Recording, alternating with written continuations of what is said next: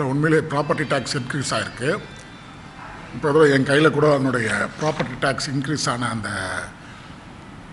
உங்களுக்கு assignment order இருக்குது, உங்களுக்கு ஆர்டர் காப்பி.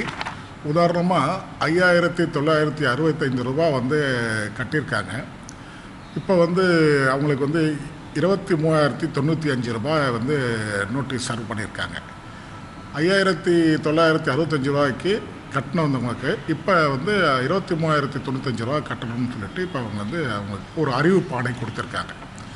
இது என்னென்னா, இதில் வந்து இந்த அறிவிப்பாணை வந்து திடீரென்று மக்களுக்கு அந்த மாநகராட்சி வரி செலுத்துகின்ற அந்த மக்களுக்கு கொடுக்கும்போது அவங்களுக்கு பெரும் அதிர்ச்சியாக இருக்கும். அதுதான் நாங்கள் காலையில் கூட நான் வந்து ஒரு ஊடக அதில் நேர்காணலில் கூட சொல்லியிருந்தேன்.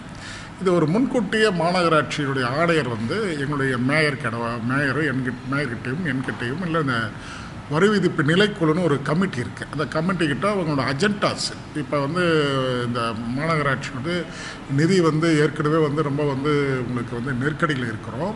இந்த நெருக்கடிக்கும் போது இந்த மாதிரி நடவடிக்கைகள் எடுக்க போகிறோம். இந்த மாதிரி நடவடிக்கைகள் எடுக்கும்போது அதில் ஏதாவது உங்களுக்கு கருத்துக்கள் இருக்கா, இல்லை இந்த மாதிரி நடவடிக்கை எடுத்தால் சரியாக இருக்கும் போல், இந்த வேறு எந்த உங்கள் கருத்துக்கள்னா எங்கள்கிட்ட ஒரு ஒப்பீனியன், ஒரு கருத்து கேட்டு ஒரு கலந்தாய்வு செய்து ஒரு ஒருமித்த கருத்தோடு அவர் நடவடிக்கை எடுத்திருக்கலாம்.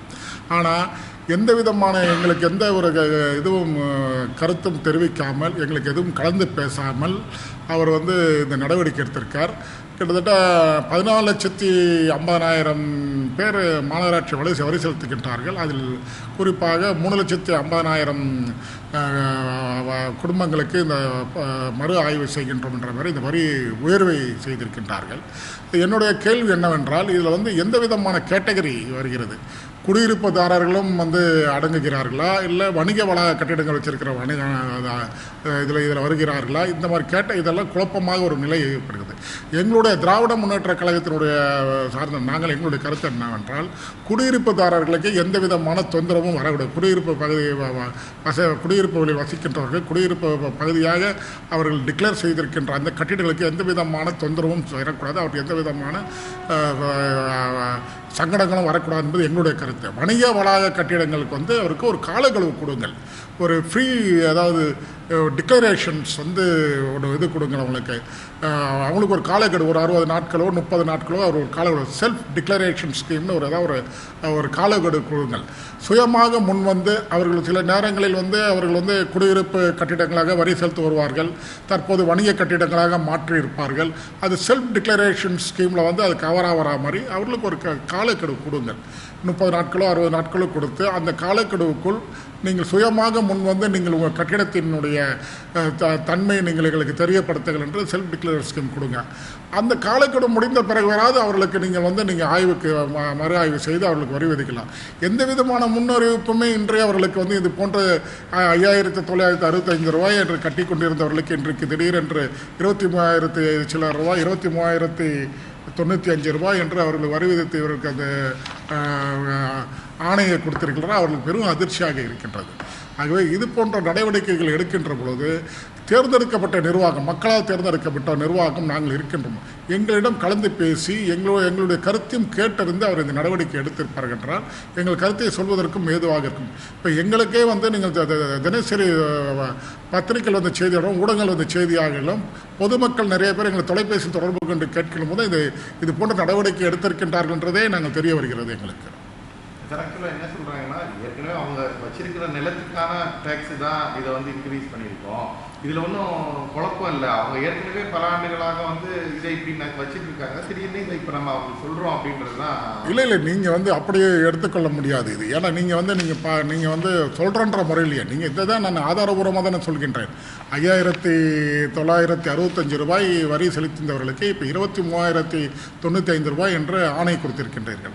இது வந்து கிட்டத்தட்ட 3 மடங்கு அதிகமான, கிட்டத்தட்ட ஏறக்குறைய 3.5 மடங்கு அதிகமான தொகை வருகின்றது. அப்படி இருக்கும்போது அவர்களுக்கு நீங்கள் வந்து எதை அடிப்படையில் இவர்களுக்கு அசஸ் செய்தீங்க, எதை அடிப்படையில் நீங்கள் வந்து வரி விதிக்கிறீங்க, அதை அவங்க விளக்கம் சொல்லணும்ல. அதை வந்து அவங்களுக்கு விளக்கம் சொல்லணும். நீங்கள் ஏற்கனவே வந்து இவ்வளோ வரி செலுத்துகிறீர்கள், இவ்வளோ சதுரடிகளுக்கு தான் கணக்கிடப்பட்டு இருக்கின்றது, இப்போ தற்போது நீங்கள் இவ்வளோ வரி செலுத்த வேண்டும் அவருக்கு ஒரு கால அவகாசம் வந்து அவர்களுக்கு கொடுக்க வேணும். இது நீங்கள் 23,095 ரூபா கட்டு என்று சொன்னால் அவருக்கு பெரும் அதிர்ச்சியாக இருக்கின்றது. ஆகவே நீங்கள் அதை தான் நீங்கள் வந்து முதலே சொல்லிக்கின்றேன். மாநகராட்சி இது போன்ற ஒரு திட்டங்களை அறிவிக்கின்ற போது எங்கள் தேர்ந்தெடுக்கப்பட்ட நிர்வாகமாக இருக்கின்ற எங்களையும் கலந்து பேசி அது ஒரு ஒருமித்த கருத்தோடு இதை வந்து நீங்கள் பொதுமக்களுக்கு அவர்களுக்கும் கால அவகாசம் கொடுத்து அவர்களும் அதுதான் சொன்ன செல்ஃப் டிக்ளரேஷன் ஸ்கீம்னு ஒரு ஸ்கீம் அறிமுகப்படுத்துங்க. ஏற்கனவே நீங்கள் பத்திரப்பதிவுத்துறைலாம் சமாதான ஸ்கீம்ன்ற மாதிரி ஒரு அறிமுகப்படுத்தி தான் அவங்க செய்வாங்க. நீங்கள் செல்ஃப் டிக்ளரேஷன் ஸ்கீம்னு ஒரு அறிமுகப்படுத்தி மக்களே முன்வந்து தங்களுடைய கட்டிடங்களை அளவுகளை நீங்கள் வந்து தெரியப்படுத்துங்கள்.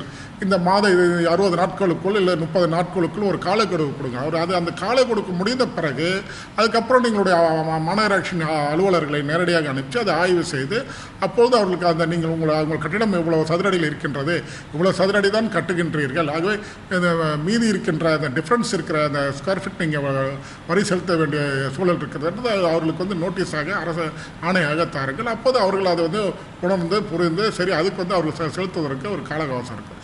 எதுவுமே நீங்கள் வந்து மாநகராட்சியினுடைய நிர்வாக அதிகாரிகள் வந்து எதுவுமே சொல்லாமல் திடீரென்ற அர்த்தத்தில் அவர்களுக்கு பெரும் அதிர்ச்சியாக இருக்கிறது. அந்த எங்களுக்கே அதிர்ச்சியாக இருக்குது. எங்களுக்கு கூட நாங்கள் துணை மேயராக இருக்கணும், எனக்கு கூட இந்த விவரம் வந்து முன்கூட்டியே சொல்லப்படவில்லை. நான் செய்திகள் வாயிலாக தான் தெரிந்து கொண்டேன். இப்போ வந்து இதை மக்களுக்கு பெரிய பேடனாக இருக்குது. இதை தடுத்து நீங்க இதை வந்து மக்களுக்கு கூட நிற்கிறதுக்கு நீங்க எப்படி இதை அணுக போறீங்க? எப்படி கண்டிப்பாக மக்களுக்கு வந்து ஒரு அவகாசம் கொடுங்க. நீங்கள் வந்து கால அவகாசம் கொடுங்க. திடுமனை எடுத்து நீ மாநகராட்சிக்கு வந்து நிதி நெருக்கடியில் இருக்கின்றதோ அது அரசிடம் கவனத்துக்கு கொண்டு சென்று அரசிடம் சிறப்பு நிதி பெறுங்க. அதுதான் கடந்த மாதம் நடைபெற்ற மன்ற கூட்டத்திலேயே தெளிவுபடுத்தியிருக்கின்றேன். மாநகராட்சி வந்து கடும் நிதி நெருக்கடியில் இருக்கின்றது. இந்த நிதி நெருக்கடியை வந்து நீங்கள் வந்து சமாளிப்பதற்கு நீங்கள் மேலும் மேலும் பொதுமக்களுக்கு வரி விதித்து மேலும் பொதுமக்களுக்கு அவதிக்குள்ளாக்காதீங்க. பொதுமக்கள் மிகவும் சிரமத்துக்குள்ளாக ஏற்கனவே அதுக்கு அதிகப்படியாக வரி செலுத்துகிறோம்ன்றது அவர்களுக்கு வந்து மன அழுத்தமும் அவர்களுக்கு குடும்ப பொருளாதார சூழ்நிலையிலேயே மிகவும் கஷ்டப்படுகின்றார்கள். ஆகவே நீங்கள் பொதுமக்களிடம் மேலும் மேலும் நீங்கள் வந்து அதிக வரி விதிப்பதை தவிர்த்திடுங்கள். அதற்கு பதிலாக அரசினிடம் வந்து நிதி கேட்டு சிறப்பு நிதி கேட்டு அரசினுடைய கவனத்தை கொண்டு சென்று சிறப்பு நிதி பெற்று திட்டங்களை எல்லாம் நிறைவேற்றுன்னு ஏற்கனவே கடந்த மாதம் நடைபெற்ற மன்ற கூட்டத்திலே தெளிவாக பேசியிருக்கின்றேன். வர கூட்டத்தில் ஏதாவது வர மாத இதுக்கான தீர்மானம் திமுக கவுன்சிலர்கள் இல்ல ஒருமித்த கவுன்சிலர்கள் சேர்ந்து ஒரு தனி தீர்மானமாக இதை கொண்டு வந்து இந்த நலனுக்காக மக்களை காக்கின்ற விதத்தில் கண்டிப்பாக எங்கள் குரல் வந்து பதிவு செய்யப்படும். எங்களுடைய ஒருமித்த அனைத்து மாமன்ற வனத்துறை மேயத்திலும் அனைத்து மாமன்ற உறுப்பினர்களும் இது கண்டிப்பாக இதை வந்து நாங்கள் வந்து இதை ஆட்சேபனை செய்வோம். ஏன்னா இது வந்து மக்களுக்கு வந்து அவர்களுக்கு வந்து உரிய அவகாசம் கொடுங்க. அவகாசம் கொடுத்து விட்டு நீங்கள் வந்து இந்த போன்று நடவடிக்கை எடுக்கப்படும் என்றதை ஒரு தெளிவுபடுத்துங்க. அதுதான் கேட்குறேன். நீங்கள் வந்து இப்போ நீங்கள் வந்து 3.5 லட்சம் நபர்களுக்கு வந்து நாங்கள் ஆய்வு செய்கிறோம். எந்த விதமான நபர்கள் அவர்கள் எந்த விதமான கேட்டகரிஸ், ரெசிடென்ஷியல் கேட்டகரியா, நான் ரெசிடென்ஷியல் கேட்டகரியா, எந்த மாதிரி நீங்கள் 1000 சதுரடிக்கு மேலே இருக்கிறவங்களா, 5000 சதுரடிக்கு மேலே இருக்கிறவங்களா, இது போன்ற நபர்களுக்கு இதில் இந்த கேட்டகரிக்குள்ளே வரப்போகிறாங்க. அதில் ஒரு தெளிவான ஒரு இது இப்போ துணை மேலாக இருக்க எனக்கு அது விளக்கமே சொல்லப்படலை. அப்படின்ற போது பொதுமக்கள் எப்படி அதை வந்து எதிர்கொள்வாங்க? ஆகவே நீங்கள் வந்து ஒரு தெளிவுபடுத்த மாநகராட்சியினுடைய நிர்வாகம் வந்து ஒரு தெளிவுபடுத்த ஒரு அறிக்கை கொடுங்க. 3.5 லட்சம் பேர் சொல்கின்றார் ஆணையர் அவர்கள். 3.5 லட்சம் பேருக்கு இது வந்து இந்த மறு ஆய்வில் வருவாங்கன்றாங்க. அப்போ அந்த 3.5 லட்சம் பேர் எந்த விதமான கேட்டகரி பீப்புள்ஸ், ரெசிடென்ஷியலும் அதில் அடக்குமா, இல்லை வந்து வணிக வளங்கள் மட்டும் அடக்குமா, இல்லை 1000 சதுரடிக்கு மேலே உள்ளவர்கள் இதில் வருவார்களா, இல்லை 3000 சதுரடி 5000 சதுரடி மேலே இருக்கிறவங்க தான் வருவார்களா? எந்த விதமான ஒரு விளக்கமும் இல்லை. இதெல்லாம் ஒரு கேள்வியாக இருக்கின்றது. எது எப்படி இருப்பின் குடியிருப்பு பகுதியில் வசிக்கின்ற பொதுமக்கள் பாதிக்கப்படக்கூடாது. அவர்கள் ஏற்கனவே அவர்கள் வந்து அதிகப்படியான வரி செலுத்துகிறார்கள். ஆகவே அவர்களுக்கு வந்து இதில் வந்து விதி விலக்களிக்க வேண்டும் என்பது எங்களுடைய கருத்து.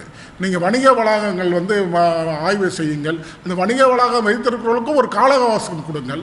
அது மறு ஆய்வு செய்து அவர் விளக்குங்கள். இவர்கள் சதுரடி தான் நீங்கள் வந்து கணக்கிலுக்கு காண்பித்திருக்கின்றீர்கள், நீங்கள் அதிகப்படியான சதுரடி இருக்கின்றது. ஆகவே இந்த வித்தியாசத்திற்குரிய சதுரடி நீங்கள் செலுத்த வேண்டும், சதுரடிக்குரிய வரியை செலுத்துங்கள் என்று நீங்கள் அவர்களுக்கு ஒரு அறிவுறுத்து அதுக்கு ஒரு கால அவகாசம் கொடுங்கள்.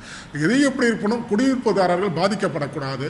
பொதுமக்கள் குடியிருப்புதாரர்களுக்கு வந்து அதை மாதாந்திர சம்பளம் உள்ளவர்கள், அவர்கள் இன்றைக்கு வாழ்க்கையில் சென்னை மாநகரம் பெரிய மாநகரம், இதில் அவர்கள் ஒரு சின்ன வீடு தான் வைத்திருப்பார்கள் பொதுமக்கள். அந்த வீட்டுக்கு நீங்கள் வந்து அதிகப்படியான இப்போ 5000 ரூபாய் செலுத்துறவங்க 23,000 ரூபாய் செலுத்துங்க அப்படின்னும் போது அவங்களுக்கு வந்து மிகவும் கடினமான பலுவாக இருக்கும் அவர்களுக்கு. அதனால் அவர்களுக்கு வந்து குடியிருப்புதாரர்களுக்கு இதை விலக்களிக்க வேண்டும். வணிக கட்டிடங்களுக்கும் அது ஒரு கால அவகாசம் கொடுத்து அந்த நடவடிக்கை எடுக்க வேண்டும்.